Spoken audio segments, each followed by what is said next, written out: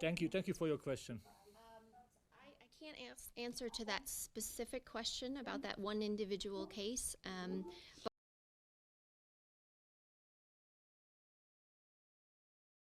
But what we can say is that there is the possibility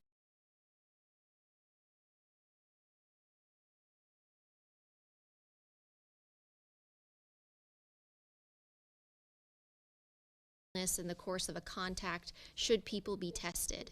And it's important, whether these are upper respiratory samples or lower respiratory samples, the timing in which samples are collected, and then, of course, the lab test itself. There's always the possibility of a false negative or a false positive. It's important that if you have a high suspicion that they are a case, Really apologies. We have an issue here. Can you please? We are not able to mute you. Andy, can you mute yourself, please?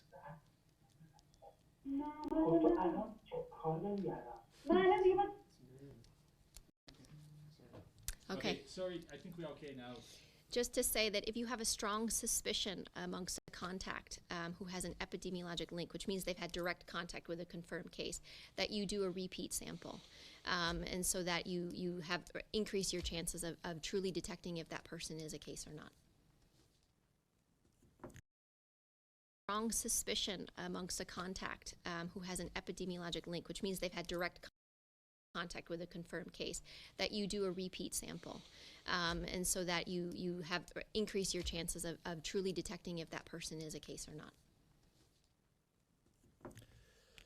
Thank you very much. Can we go to Xinhua right now? Who do we have from Xinhua Agency?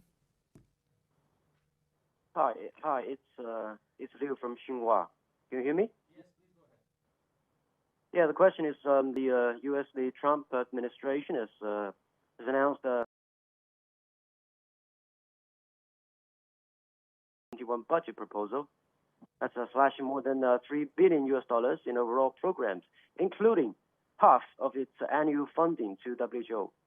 So how does the WHO think that would help combat the COVID-19? And could you also please give us an idea of how the U.S. has contributed to the global response to COVID-19 so far? Thank you.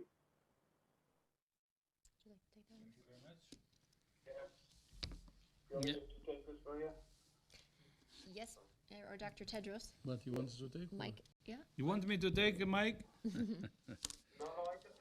I'll go after you, boss. Yeah, no, thank you. I think the support we're getting for COVID-19, the response is really encouraging. At the initial stage, we were a bit worried, but now we're getting almost close to the funding we asked for, and we expect more support. And the announcement from US is really significant, and we will expect actually more countries to contribute. But we're almost close to the funding we asked based on the SPRP. Of course, the initial focus was on governments, and we appreciate all governments who have contributed. Now we have already moved to asking contribution from the private sector and all citizens. And as I said in my speech, more than 19 million has been secured actually in a couple of days from the private sector and the global citizens at large. And this is in 2 days, and we expect that this will there will be a significant contribution from the private sector and the global citizens at large. So as we have said, propose for each country to follow or use a whole of government and a whole of society approach, we're using the same thing globally to mobilize all governments to contribute and also all citizens to contribute. And the contribution so far is significant and encouraging, and I know we will get the amount of funding we need. But I would like to use this opportunity, because you have identified US specifically, use this opportunity to thank the US government, other governments, the private sector, and all global citizens for their commitment. We're all in this together. It's a common enemy, and it's our unity that will break this virus.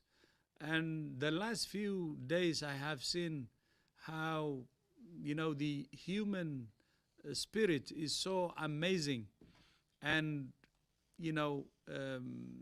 how it shows us that the spirit can break the virus. So it's not just the funding, by the way. It's the human spirit, which we see, the human spirit that's fighting this virus, which is coming more and more, or stronger, that can help us to fight it. When there is unity and solidarity of spirit, and then the resources and other things can come. So I'm really encouraged, especially the last 1 week or so, with the solid level of solidarity that I see. Yeah. Please, sorry. Yes, please go ahead, Mike. I just want to add, because the U.S. Public Health Service is one of the finest in the world, and not only has served the U.S. well, but over the last 50 years has helped to train and develop public health systems all over the world, field epidemiology training programs, laboratory networks, and others. The National Institutes of Health, an amazing platform for primary research, for clinical trials, and others. The FDA has been hugely helpful to WHO over the years in regulatory aspects of developing new medicines. And we thank them, all of those institutions, Tony Fauci, Dr.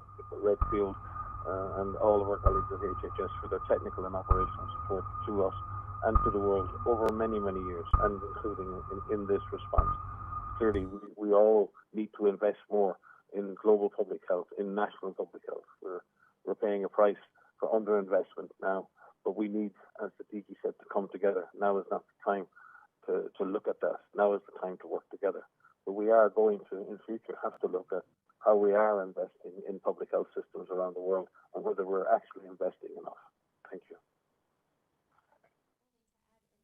Additional contribution from the U.S. is their scientists and their clinicians who are communicating with us regularly, on the front lines with us in terms of our gathering of information and evidence and sharing of experiences. So we have American scientists and clinicians and public health professionals who are involved in every single one of our technical networks. And so we're very grateful for them, as well as clinicians and public health professionals and scientists from all over the world who are sharing their experiences with us as we learn more about this virus and as that evidence is fed back into our response. Thank you very much. We are receiving really huge volume of questions, so we'll try to go a little bit to those technical one maybe, because I think this is important. Lara Pinheiro is asking, do we know anything more about children and COVID-19? This is a good question. We have a lot of questions about children. What we know from the evidence to date is that children are susceptible to infection, and that children can be infected with this virus. They seem to be infected in terms of symptomatic infection, in terms of detection through reporting systems at a lower rate than adults, and which is different to what we would see with influenza. And from the evidence that we are seeing, we're not seeing transmission in settings like schools, where we would worry about amplification of transmission. In many countries, schools have closed, and so that is an important thing to take into consideration. We do know that children tend to have more mild infection, have more mild disease, but we have seen children die from this infection in the vulnerable population. What we don't know right now, and because we don't have serologic tests yet, and we don't have the results of these population-based serosurveys, is we don't know the extent of a subclinical or asymptomatic infection in children. And so we're waiting for the results of those, which will help us really understand what role children are playing in this.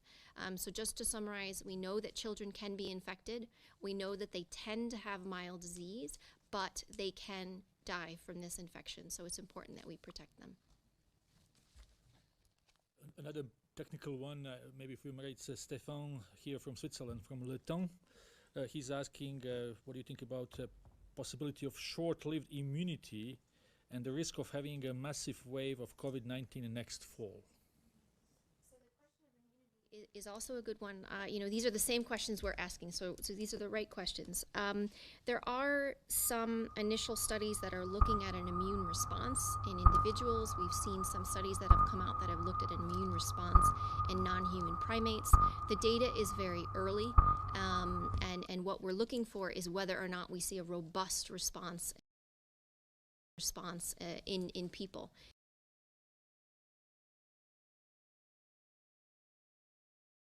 11, 12 weeks into this outbreak, and we do have some serologic assays that have been developed in a number of countries, and so we don't have a full answer to this yet, but it is something that is very important to see what level of response individuals have in terms of an antibody response, whether this will provide protection and for how long. Thank you very much. Let's try to get someone online. Our friend Antonio from EFE. Antonio, can you hear us? Yes, Tariq, can you hear me? So Spain has declared a lockdown to prevent the seeing images of overcrowded public transport in cities like Madrid. So do you think societies have to take more seriously the threat of COVID-19? How can we really convince the population to stay at home? Yeah. To convince the public, first of all, I would like to commend the very courageous and bold action that the Spanish government has taken. I had a chance to speak to Prime Minister Pedro Sanchez, and his commitment, I believe, is really, really strong to fight this virus. But the political commitment at the highest level alone will not be enough. There should be the cooperation of all citizens of Spain. It's the cooperation from all citizens that will make the response actually complete. And I said it many times, this should be everybody's business. Each and every individual should do everything to protect himself or herself and to protect others, and should listen to the advice of the national authorities. So my advice is that this virus will not be stopped without the cooperation of the government, the whole society, and the citizens. This is everybody's business, and I repeat, this is everybody's response and responsibility, and that's how we can stop this virus. And I encourage everybody in Spain to follow the advice of the authorities. Muchas gracias. And my name is Pedrito, my other name. Thank you. Thank you very much. I will just ask Paul now to give us a little bit an update on where we are with the supply chain and PPEs, as we have been getting some questions, although we didn't get it right now, but a couple of emails came earlier this morning. Yeah, thank you. As people are aware, we have been facing for several weeks now extreme shortages in the provision of and availability of personal protective equipment for clinical workers and healthcare staff. Also, with the demand for greater testing, greater availability of testing, this also puts under pressure the market to supply these tests. And the third area of which we taking a closer look at and where we see signals of severe market constraint is around some of the more sophisticated equipment for clinical management. So as we see definitely, as we've been saying consistently, that continuing to test, continuing to trace contacts is giving a window of time for the clinical system. We start now to see a lot of demand for equipment to manage the wave of patients coming into that hospital system. Is this a challenge? It is. Is it easy? No, it's not. Is there a chance we can get availability and provide this equipment? We remain optimistic. Certainly what we've seen now is a lot of contact being made from Dr. Tedros to highest levels of government and to CEOs. We're certainly looking at a large degree of goodwill from companies and from governments coming forward to unblock the situation. It will, however, take a change in mindset. It's certainly not business as usual. It's very unusual. And if you imagine 1,000 hands with tangled string, it doesn't work to untangle it by competition. It doesn't work to untangle it by oneself. It really needs to take a step back and work together. I think certainly what we've seen over the last 3 or 4 days is the goodwill to untangle it is there. We are making efforts to increase availability in all 3 critical product lines. In lab, we are looking at testing and validating different samples for new reagents from new suppliers to independently validate those. When we have those validated and quality assured, we'll move forward and expand the availability of those test kits. So we continue to move forward in that spirit. And thank you. Thank you, Paul.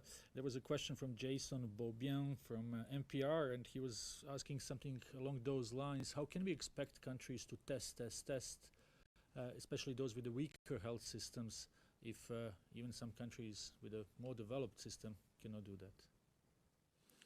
Again, it's increasing the number of sources. If one imagines the work that's been done up to this time has been quite impressive. It's a new virus with a new genetic, a new genome that then needs to be shared, it needs to be analyzed, it needs to be researched. So the fact that we've managed to get the testing availability that we do have in a number of countries is testament to that will. Now that's a beginning. We have to now seriously scale it up. It needs to become industrialized to a degree. Again, with respecting quality assurance, quality standards, and making sure we are providing the right test for what we need to do. So I can add to that, if you don't mind. I mean, there's 2 parts to that question, and Paul has eloquently described this. I mean, one is about increasing the capacity to test, and in increasing your capacity to test, there's 3 things. There's making sure that you have the labs that are there that can actually do the PCR testing. And as we've said in the past, we are building on existing systems in many countries, and these are building on influenza systems, the national influenza centers that exist in many countries across the globe, making sure that at least 1, if not more, labs can do PCR testing for COVID-19. And then within a country, making sure that we look for more labs that can do that testing, whether these are public labs or private labs that can do so.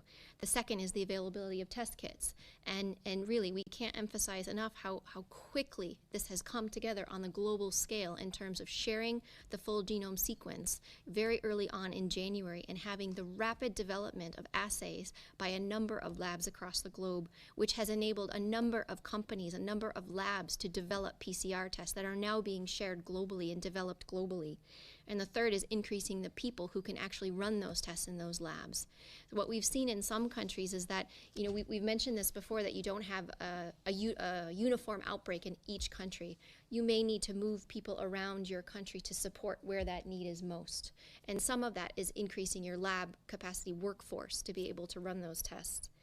But the other part to that question is about the willingness and the efforts to actually go out and aggressively find all of your cases and test your suspect cases and test your symptomatic contacts. It's important that when we say test, this is what we mean. We mean test all of your suspect cases. We mean test your symptomatic contacts. And in doing so, you can drive that transmission down. Thank you very much. Mike, Dr. Ryan, would you like to add something to that? Or? No, Tarek, I think Paul and Maria have given very good answers. Okay, then we will move to the next question, GG Press. Who do we have from GG Press? Hello? Hello, can you hear me?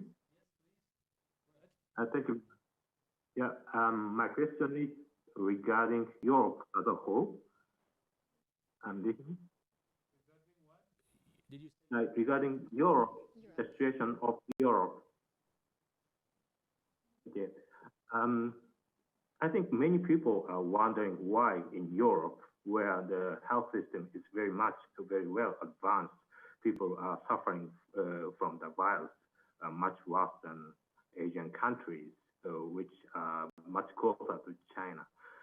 Is it just because of lack of tests that you just now mentioned, or is it because of the free movement across borders? How can you explain the contrast between Europe and other regions? Thank you. Mike also wants to jump in. Yes, please. I think it's very important to look at epidemics around the world being in very different phases and very different stages. The epidemic in China began most likely in early December, the first confirmed cases, and it developed over weeks. It accelerated. The government had to react to a very bad situation in Wuhan and had to take extreme measures to try and push the virus back.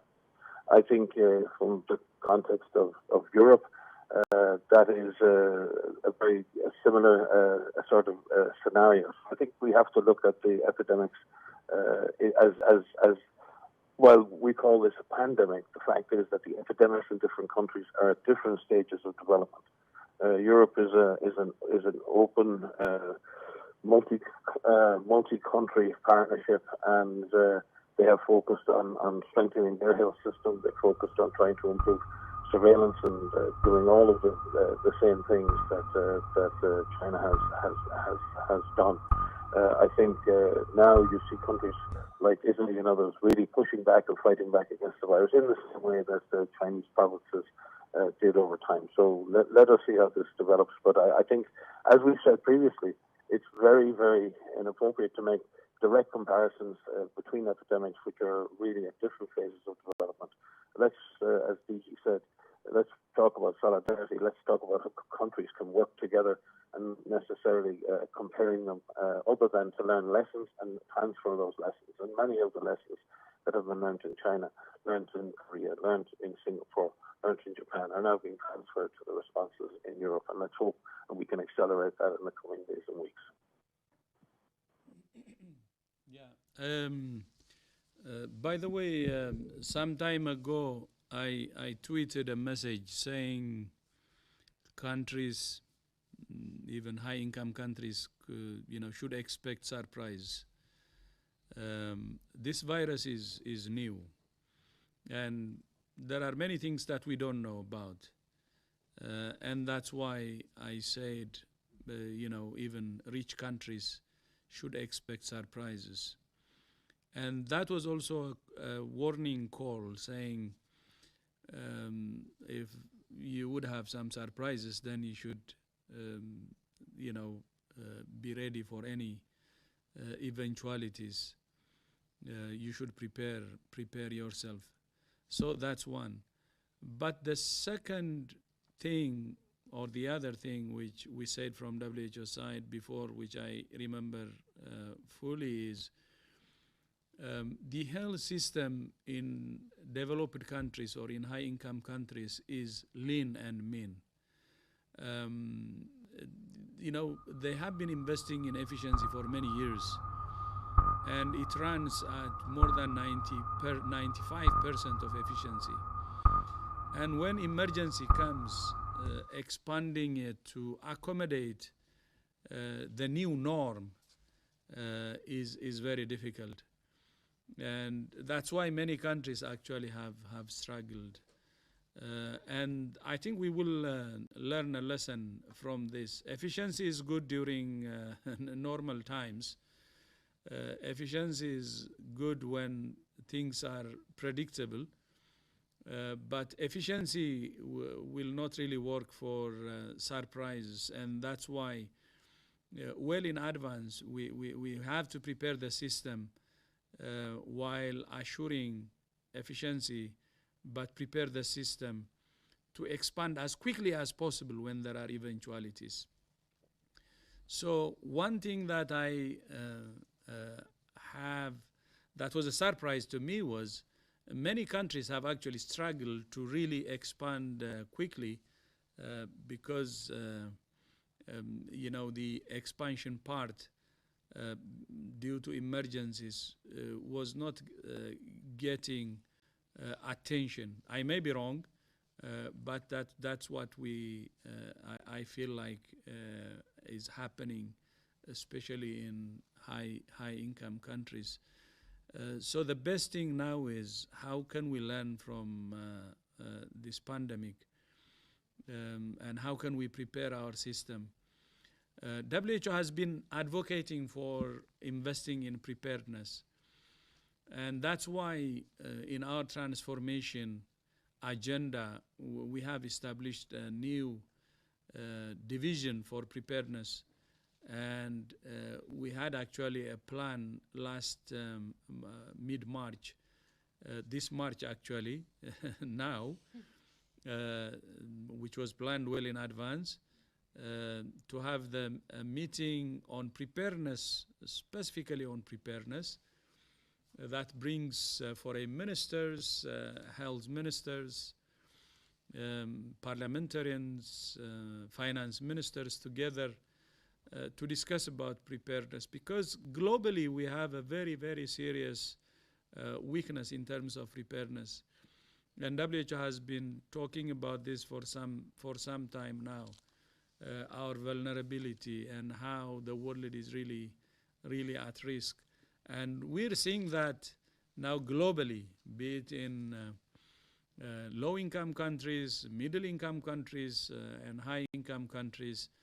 So our take is, while doing our best to suppress and control this pandemic, at the same time we have to think about planning for the future, for the long term, improving our preparedness, making sure that the world is better prepared, and identifying our Achilles foot and really focused on our weaknesses to improve our overall preparedness as a global community. Because as we always say, we're as strong as the weakest link. We're as strong as the Achilles. And we have to really be prepared now. It's time to commit to invest in our weaknesses and minimize our risk as a global community. No country can develop its or strengthen its system and protect itself from outbreaks, epidemics, or pandemics. The world is more intertwined more than ever before. Globalization cannot be reversed. It's a globalized world. Whether we like it or not, we have to learn to live with globalization. The rule of the game now is how to live with globalization and make sure that we act in unison to build the global preparedness and the global resistance. Thank you. Thank you very much, Dr. Tedros. And maybe one more last question from Kigali, from Rwanda. Christophe, can you hear us?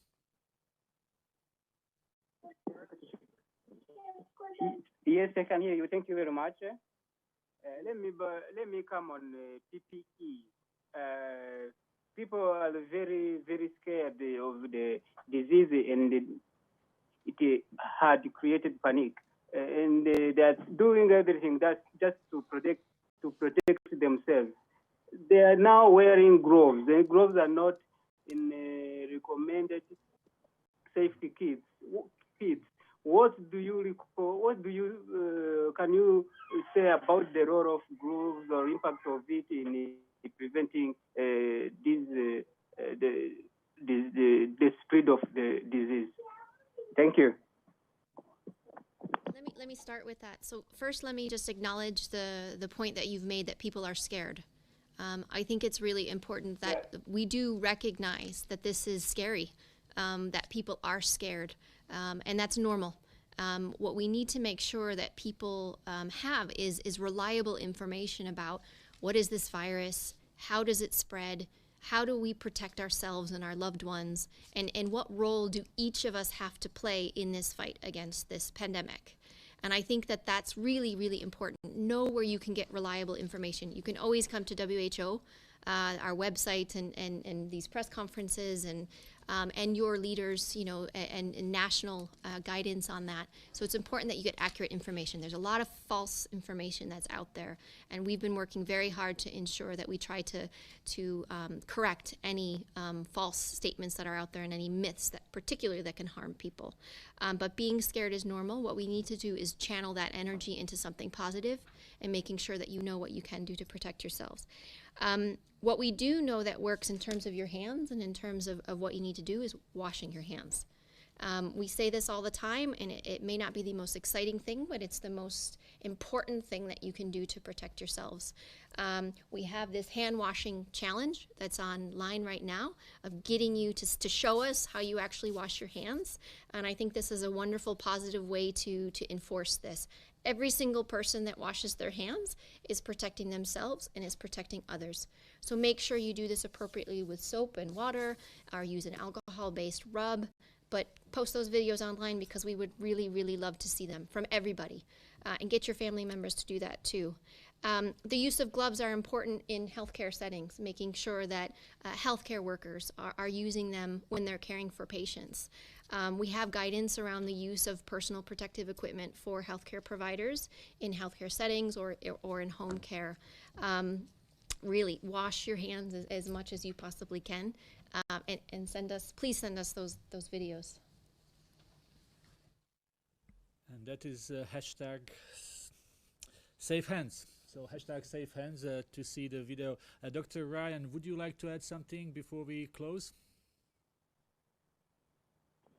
No, try just to emphasize Maria's point. We must prioritize protective equipment for frontline health workers who are going to be taking care of our sick. And we also need to re-emphasize the point that Paul made. We need to be sure that health workers all over the world have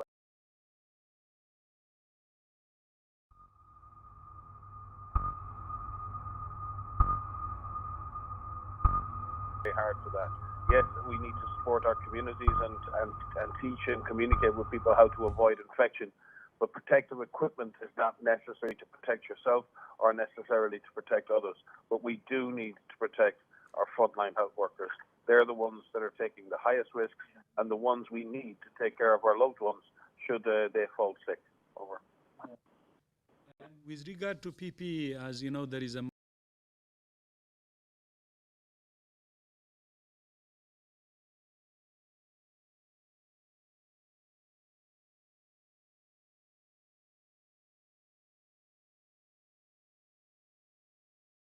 I can feel my body.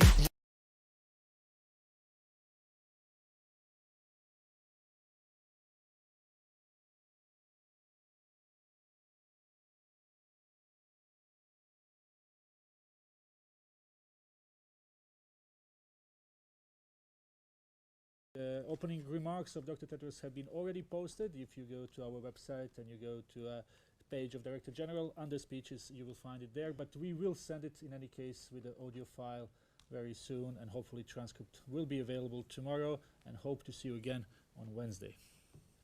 Have a nice evening, everyone. Thank you, Tariq. Okay, so see you soon.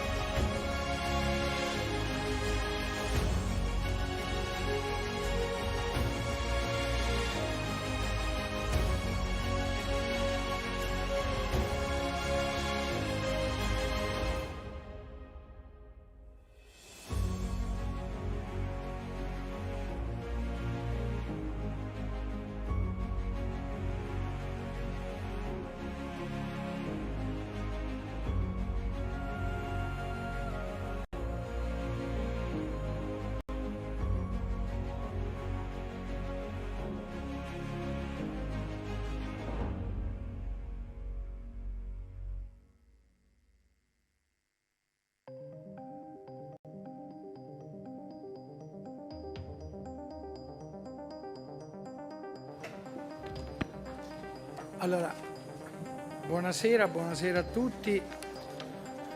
Ringrazio il professor Franco Locatelli, che è il presidente del Consiglio Superiore della Sanità, che oggi mi accompagna in questa conferenza stampa di lettura e di comunicazione del bollettino di oggi.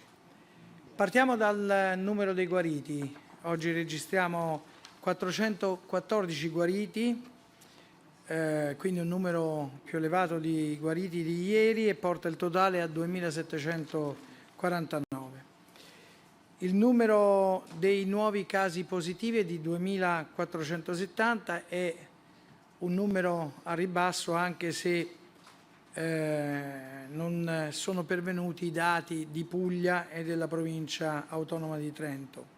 Ma il trend, come avete visto anche dalle comunicazioni della Regione Lombardia, è un trend in ribasso, registriamo questo dato.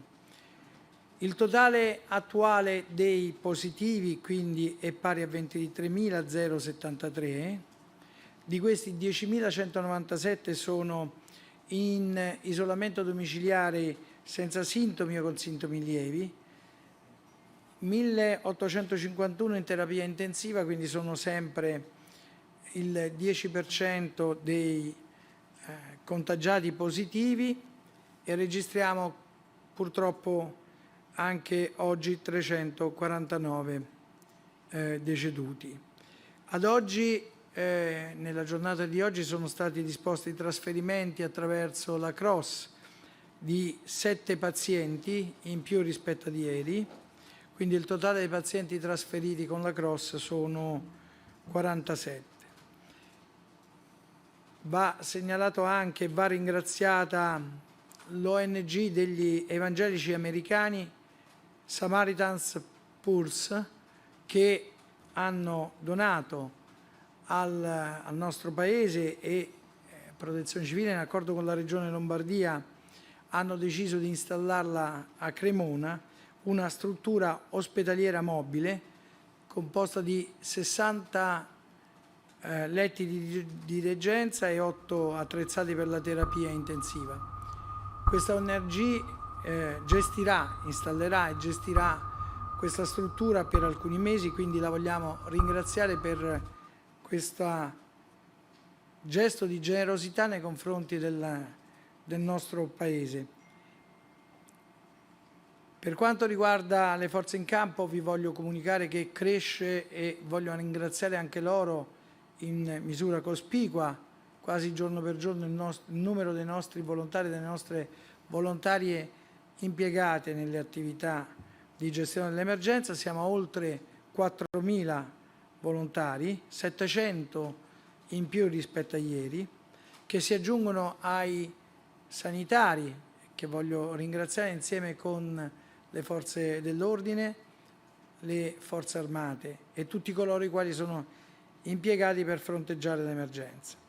Altro dato che cresce è quello delle tende destinate a strutture per il pre-triage.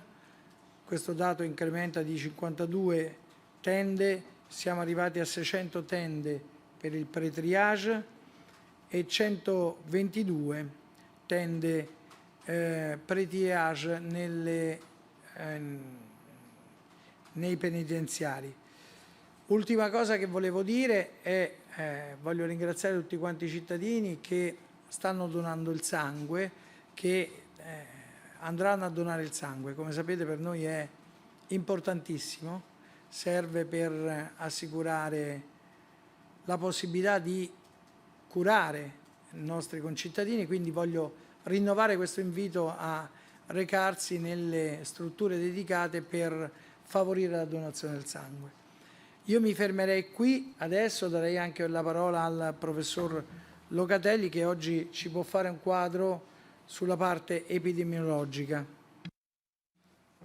Grazie dottor Borrelli e buonasera a tutti.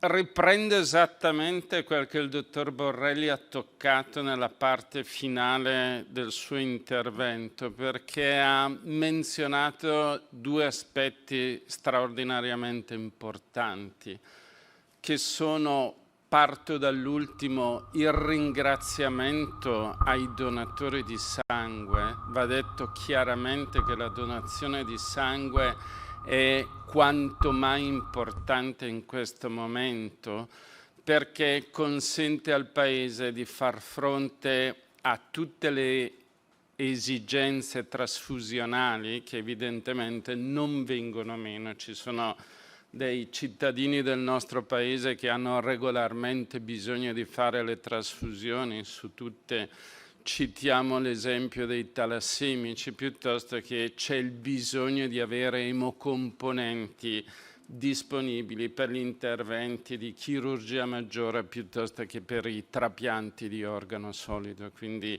davvero grazie sia ai donatori di emocomponenti sia a chi lavora per garantire la disponibilità di emocomponenti nel nostro Paese. E poi il dottor Borrelli ha detto un'altra cosa importantissima, il ringraziamento a tutto il personale sanitario, a tutte le forze dell'ordine, a tutte le forze armate. Allora, questo mi offre il destro per provare a condividere con voi 5 riflessioni che sono nell'ordine. Questa è una